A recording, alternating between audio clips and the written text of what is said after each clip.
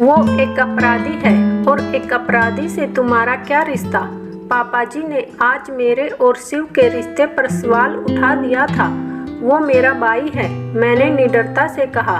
सौतेला भाई, पापाजी की सख्त आवाज गूंजी। रिश्ते सिर्फ खून के ही नहीं होते, भावनाओं के भी होते हैं।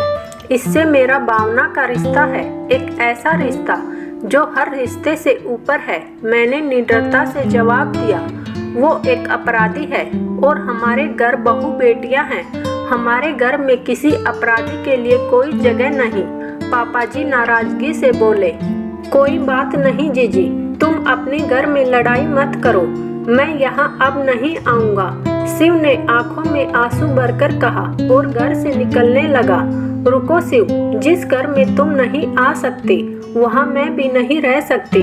और मैं शिव का हाथ पकड़ के घर से बाहर निकल गई। अर्चना, तुम बहुत पछताओगी। सुनील घर पर नहीं है और जब उसे पता चलेगा कि तुम एक क्रिमिनल के कारण अपना ससुराल छोड़कर चली गई तो कहीं बहुत गलत न हो जाए। वह भी यही चाहेगा जो हम कह रहे हैं। पापाजी बोले। पापाजी प्लीज शिव के लिए कोई भी अपशब्द मत कहिए। मैंने हाथ जोड़ लिए। बेटा मान जा, क्यों जिद कर रही है, वो भी एक पराये के लिए। मम्मी जी ने आंखों में आंसू भर कर कहा। आखिर मम्मी जी ही तो थी जो मुझे पसंद करती थी, वरना पापाजी को तो एक अनाथ लड़की बिल्कुल भी पसंद नहीं थी जिसे उनके लाडले बेटे ने खुद अपने लिए चुना था। शिव पराया नहीं है, मेरा छोटा भाई है, मैंने खुद को संभालते हुए कहा।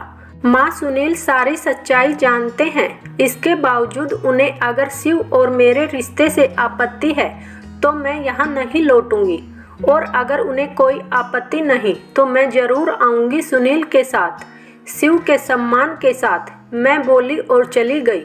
उस घटना से शिव खुद को जिम्मेदार मानकर दुखी हो गया। मैंने उसे समझाया कि सुनील के आते ही सब ठीक हो जाएगा। मैं शिव को लेकर अपने फ्लैट पर आ गई जहां मैं शादी के पहले रहती थी। शिव की आंखों में नींद नहीं थी, वो बेचैन था। एक तो वो इतने सालों बाद बाल सुधार गृह से लौटा था, दूसरा आते ही मेरे ससुराल में उसके कारण हलचल जो मच गई थी। जीजी, मेरे लिए क्यों आपने अपनों से झगड़ा किया? मैं तो किसी अनाथालय में भी रह सकता हूँ, तुम क्यों परेशान हो रही हो? शिव बोला। मैंने प्यार से शिव के सिर पर हाथ फेरा।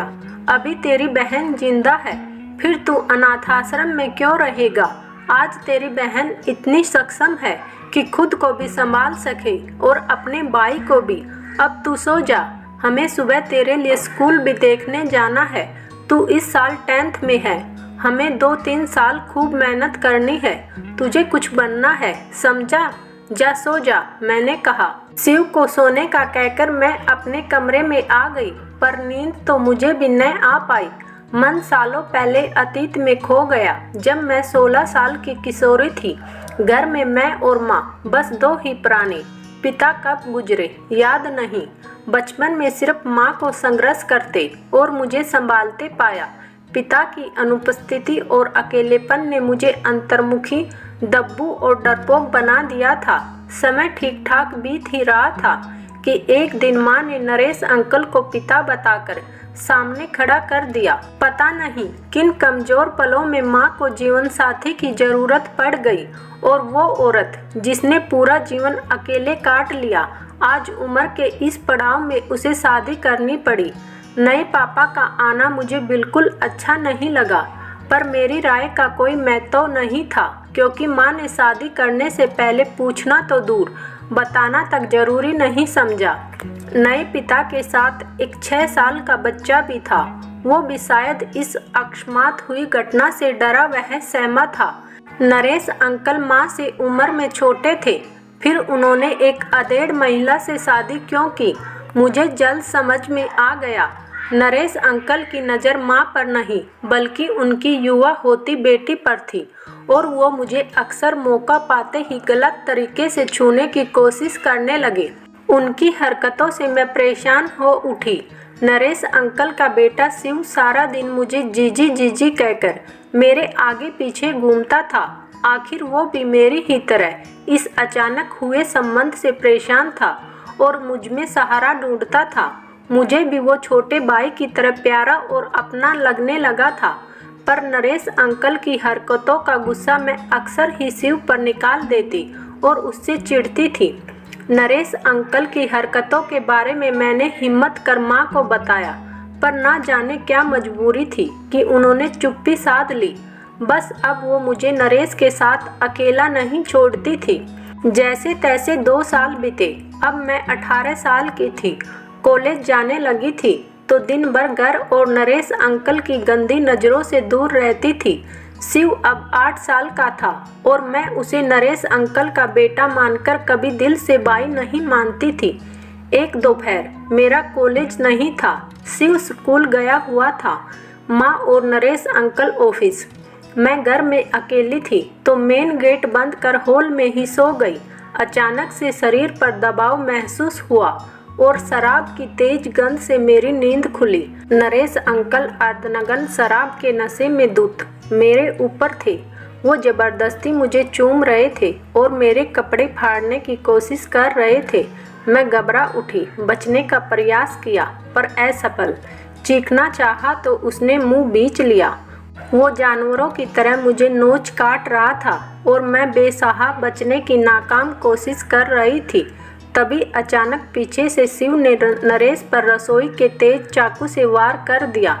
नरेश मुड़ा और चीखा शिव पर, लेकिन शिव नहीं रुका। ताबड़तोड़ लगातार वार करता रहा। मेरी जीजी को परेशान करता है, मैं नहीं छोड़ूंगा, शिव बोले जा रहा था और वो वार करता रहा जब तक कि नरेश के प्राण न निकल गए। मैं घबराकर अपने फटे कपड़े समेटती हुई एक कोने में सिसक रही थी, तो दूसरी ओर शिव खून से लथपथ बैठा नरेश को देख रहा था। अचानक शिव उठा और मेरे पास आया। जीजी डरो मत, अब वो तुम्हें कभी परेशान नहीं करेगा। शिव की बात सुन मैंने ऊपर देखा। ऐसा लगा मानो 8 साल का बच्चा नहीं बल्कि मेरा बड़ा भाई मुझे समझा रहा है। मतलब शिव समझता था कि नरेश मुझ पर गलत नज़र रखता है। मैं कुछ कहती तब तक माँ आ गई और नरेश को मृत देख सिर पकड़ लिया। ये तूने क्या कर दिया शिव? और उन्होंने शिव को अनगिनत चाटे मारे। शिव चुपचाप रहा। माँ उसकी कोई गलती नहीं है, मैंने कहना चाहा, पर माँ ने एक न सुनी और पुलिस को बुला लिया। मैंने माँ को बहुत समझाया, शिव की कोई गलती नहीं है, पर शायद उन्होंने अपनी बेटी की इज्जत और जान से ज़्यादा उस कमीने इंसान से प्यार था और उन्होंने एक न सुनी और शिव को बचाने की कोई कोशिश नहीं की। शिव की उम्र देख उसे बाल सुधार गृह भेज दिया गया।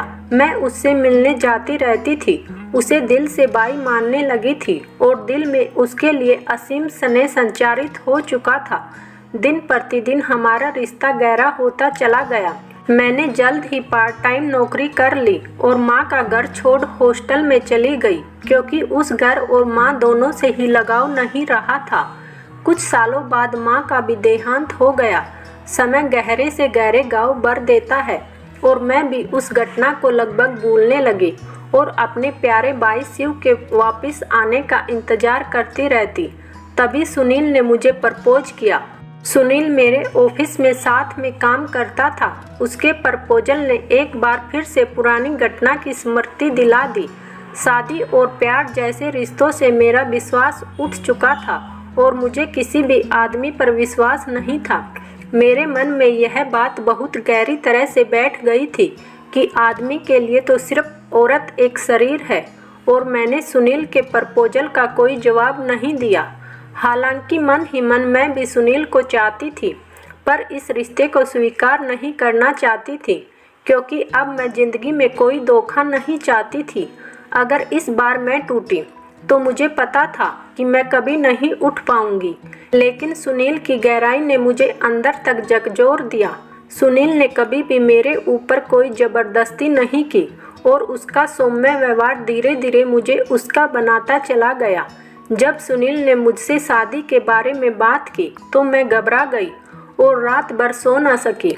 मैं सुनील को मना नहीं करना चाहती थी, क्योंकि मैं भी उसे प्यार करती थी पर मैं उसको धोखा देकर भी नहीं रह सकती थी। मेरी जिंदगी में जो कुछ घटा वह कोई सामान्य बात नहीं थी और मैं नहीं चाहती थी कि सुनील को धोखे में रखकर शादी करूं। तो मैंने सुनील को सब कुछ सच सच बता दिया। सुनील सच्चे रूप में एक अच्छा दोस्त और जीवन साथी निकला। उसने मुझे उस बात के लिए ताना नहीं मारा बल्कि मुझे समझाया और कहा कि यह एक ऐसी घटना है जो कभी भी किसी के साथ भी हो सकती है और मैं उसे भूल जाऊं और सुनील भी इसमें मेरी मदद करेगा। तभी मैंने उसको शिव के बारे में भी बताया तो सुनील ने कहा कि जैसे वह तुम्हारा भाई है वैसे मेरा भाई है। जिसने तुम्हारी रक्षा की वह मेरे लिए किसी देवता से कम नहीं और हम शादी के बंधन में बंध गए। सुनील ने मुझे घर वालों को शिव के बारे में अभी कुछ भी बताने से मना कर दिया। उसने कहा कि जब शिव वापस आएगा तो वह खुद मम्मी पापा को उसके बारे में बताएगा और समझाएगा। आगे से शिव हमारे साथ ही रहेगा और मैंने उसकी बात मान ली। आज अचानक से जब शिव आया तो सुनील घर पर नहीं थे और मुझे भी शिव के आने की पक्की जानकारी नहीं थी क्योंकि शिव को समय पूरा ही छोड़ दिया गया था और उसने मुझे सूचित भी नहीं किया। शिव के आने पर घर में भूचाल मच गया। जैसे तैसे रात कटी और सुबह हुई। मैंने शिव के लिए नाश्ता बनाया और उसको समझाकर मैं ऑफिस निकल गई, पर पूरा दिन काम में मन नहीं लगा। शाम को जब घर पहुंची तो सुनील और मम्मी जी पापा जी मुझे घर पर मिले। सुनील ने उनको सारी बातें समझा दी थी और वह लोग भी समझ चुके थे। आज उनके मन में शिव एक अपराधी नहीं था बल्कि एक ऐसा इंसान था जिसने न सिर्फ अपनी बहन की रक्षा की बल्कि एक पापी का अंत भी किया। पापाजी ने नम आंखों से मुझसे कहा, मुझे माफ़ कर दो बेटी, जो मैंने तुम पर और तुम्हारे भाई पर गलत इल्ज़ाम लगाए। तुम्हारा घर तुम्हारा इंतज़ार कर रहा है और आज से मेरा एक बेटा और है, वो है शिव।